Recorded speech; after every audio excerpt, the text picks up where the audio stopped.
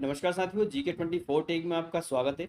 दोस्तों, हम previous year के क्वेश्चन सोल्व कर रहे हैं इसके अंदर, जिसमें एएसआई हो, पटवारी हो, ग्रुप 4 हो, एमपी के अंदर जितने भी एग्जाम होते हैं सभी एग्जाम्स के सामान्य ज्ञान के प्रश्न एक साथ मर्ज करके लेके आए हैं आपके लिए, जिसमें पूरा मिक्सचर मिलेगा। आपको हर एग्जाम के क्वेश्चन देखने को मिलेंगे। सो ये हमारी चौथी क्लास चल रही है। अगर आपने पुरानी 3 क्लासेस नहीं देखी है तो प्लेलिस्ट में जाकर आप उन्हें देख सकते हैं। चलिए बिना टाइम वेस्ट किए वीडियो को स्टार्ट करते हैं। सबसे पहला प्रश्न है हमारा इस क्लास का, टीकमगढ़ का स्वर्णकार स्वयं किसकी उत्पत्ति के बारे में बताता है? तो ये अयोध्या की उत्पत्ति के बारे में बताता है। अगला प्रश्न है, शाहजहां बेगम भोपाल की शासिका थी, तो 8वें नंबर की शासिका थी। ठीक है, शाहजहां बेगम कौन से नंबर की थी? भोपाल की शासिका, तो 8वें नंबर की शासिका थी। अगला प्रश्न है, मध्य प्रदेश राज्य को कितने प्राकृतिक क्षेत्रों में विभाजित किया गया है? तो टोटल 9 प्राकृतिक क्षेत्रों में मध्य प्रदेश को बांटा गया है। ठीक है, प्राकृतिक क्षेत्र पूछे गए हैं, टोटल तो 9 है। अगला प्रश्न है, मध्य प्रदेश कितने राज्यों के साथ सीमा साझा करता है? तो टोटल 5 राज्यों के साथ मध्य प्रदेश सीमा साझा करता है।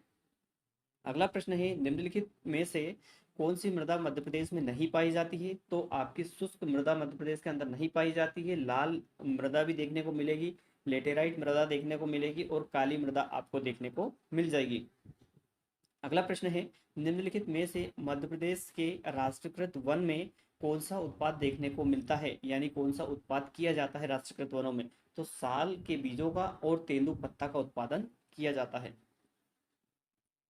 अगला प्रश्न है, निम्नलिखित में से कौन सा गुण आदिवासियों का लोकप्रिय नृत्य है? तो कर्मा आदिवासियों का लोकप्रिय नृत्य है। और आपका अगर दुलदुल घोड़ी और लहंगी अगर पूछा जाए, दुलदुल घोड़ी और लहंगी, तो ये सहरिया का है। ठीक है, सहरिया जनजाति का, अच्छे से याद रखना है। नेक्स्ट क्वेश्चन है, दोस्त मोहम्मद खान एक थे, अफगानी था ये। दोस्त मोहम्मद खान कौन था? अफगानी, अच्छे से याद रखिएगा। अगला प्रश्न है, मध्य प्रदेश की मृणाल पांडे कौन से व्यवसाय से संबंधित है? तो ये पत्रकारिता से संबंधित है। कौन? मृणाल पांडे। नेक्स्ट क्वेश्चन है, चंदू सरवटे का जन्म कहाँ हुआ था? तो सागर के अंदर हुआ था। चंदू सरवटे का जन्म कहाँ हुआ था? सागर के अंदर। साथियों, इस टाइप के जो क्वेश्चन आते हैं, आपको किसी व्यक्ति के बारे में पूछा जाता है तो वो चर्चित व्यक्ति होते हैं, करंट अफेयर से रिलेटेड होते हैं। तो आने वाले टाइम में जो भी होंगे वो करंट से क्वेश्चन पूछे जाएंगे। इस टाइप के क्वेश्चन जो नाम से पूछे जाते हैं वो ये कि यही क्वेश्चन नहीं बनेंगे, अब चेंज होके आपको दूसरे क्वेश्चन पूछ लिए जाएंगे। ठीक है, तो आप करंट भी पढ़ते चलिएगा अच्छे से। अगला प्रश्न है, केंद्रीय प्रांत का गठन किस वर्ष में हुआ था? तो केंद्रीय प्रांत का गठन 1861 के अंदर हुआ था। अगला प्रश्न है, होशंगाबाद में नई bank note press line unit का उद्घाटन किस वर्ष हुआ? 2015 के अंदर हुआ था, नई बैंक नोट प्रेस लाइन का, पेपर लाइन का। ठीक है, अगला प्रश्न है, धमोनी उर्स मेले का आयोजन कौन से जिले में होता है? तो धमोनी का उर्स कहाँ पे लगता है? सागर के अंदर लगता है। ये तो सभी को पता होगा, बहुत सिंपल क्वेश्चन है। धमोनी का उर्स कहाँ लगता है? तो सागर के अंदर लगता है। अगला है आपका सब इंस्पेक्टर का। हाँ, अगला क्वेश्चन है हमारा, मध्य प्रदेश ट्राइफेक निम्न में से किससे संबंधित है? तो ये निवेश की सेवा सुविधा से संबंधित है। ठीक है, निवेश की सुविधा से संबंधित है। अगला प्रश्न है, 1998 में मध्य प्रदेश के बड़े जिलों में से कितने जिलों का निर्माण हुआ था? तो 1998 में टोटल 16 जिलों का निर्माण हुआ था। अगला प्रश्न है, नर्मदा किस जिले का प्राचीन नाम है? तो होशंगाबाद का नाम बदलकर ही नर्मदापुरम किया गया है। ठीक है, अच्छे से याद रखिएगा कि होशंगाबाद का नाम बदलकर नर्मदापुरम कर दिया गया है। अगला प्रश्न है, बसदेवा गायक हमेशा पीले रंग के वस्त्र पहनते हैं और उनके सिर पर की मूर्ति रखते हैं। तो भगवान कृष्ण की मूर्ति रखते हैं। पहले तो ये पीले वस्त्र पहनते हैं और सिर पर पीले जो है कि आपका भगवान कृष्ण की मूर्ति को रखते हैं।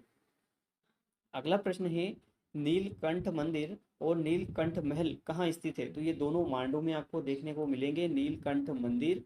ठीक है, नीलकंठ मंदिर और नीलकंठ महल दोनों ही मांडू के अंदर स्थित हैं। नेक्स्ट क्वेश्चन है, माधव राष्ट्रीय उद्यान पहले कहाँ के राजा का शिकार क्षेत्र हुआ करता था? तो ये ग्वालियर के जो राजा थे उनका शिकार क्षेत्र हुआ करता था। कौन सा? माधव राष्ट्रीय उद्यान। अगला प्रश्न है, निम्नलिखित में से कौन सी जनजाति स्वयं को द्रविड़ का वंशज मानती है? तो बेगा जनजाति खुद को द्रविड़ का वंशज मानती है।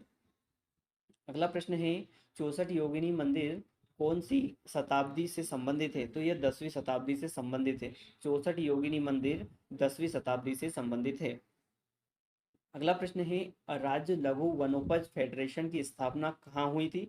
तो ये भोपाल के अंदर हुई थी। कहाँ पे? राज्य लघु वनोपज फेडरेशन की स्थापना कहाँ हुई थी? तो ये भोपाल के अंदर हुई थी। तो इसका मुख्यालय जो पूछा जाए अगर, तो भोपाल के अंदर है। अगला प्रश्न है, मध्य प्रदेश के निम्नलिखित जिलों में से किस जिले में चंबल नदी का उत्पत्ति होती है? यानी किस जिले से चंबल नदी का उद्गम होता है? तो ये आपके इंदौर से होता है। ठीक है। अगला प्रश्न है, मड घोघरा का मेला कितने दिनों तक चलता है? तो टोटल 15 दिनों तक चलता है। मड घोघरा का मेला 15 दिनों तक चलता है। अगला प्रश्न है, भोपाल के दोस्त मोहम्मद खान ने किस वर्ष में अंतिम सांस ली थी? यानी दोस्त मोहम्मद खान की मृत्यु कब हुई थी? तो 1728 में दोस्त मोहम्मद खान मर गया था। ठीक है। नेक्स्ट क्वेश्चन है, निम्नलिखित महीनों में से कौन से महीने में खजुराहो नृत्य का आयोजन किया जाता है? खजुराहो नृत्य महोत्सव कब आयोजित किया जाता है? फरवरी और मार्च के महीने में यह आयोजित किया जाता है। अगला प्रश्न है, सरावती सरावती पावर परियोजना किस राज्य में स्थित है? तो ये कर्नाटक में आपको देखने को मिलेगी, सरावती पावर परियोजना। ठीक है। नेक्स्ट क्वेश्चन है हमारा, ठाकुर दौलत सिंह जो ब्रिटिश के विरुद्ध 1857 के विद्रोह में लड़े थे, वो कहाँ से संबंधित है? तो वो देवास से संबंधित है। ठीक है। कौन? ठाकुर दौलत सिंह के बारे में अगर पूछा जाए तो देवास लगाइएगा। ठीक है। अगर आगे पूछा गया है कि बाल कृष्ण शर्मा नवीन की जो स्वतंत्रता सेनानी थे वो कहाँ से संबंधित थे? तो ये शाजापुर से संबंधित थे। बाल कृष्ण शर्मा नवीन शाजापुर से संबंधित है। शाजापुर में इनका जन्म हुआ था। अगला प्रश्न है, मध्य प्रदेश के कौन से क्षेत्र में गायन प्रसिद्ध है? हिट कहाँ पे गाया जाता है? तो ये मालवा क्षेत्र में सबसे ज्यादा प्रचलित है। ठीक है।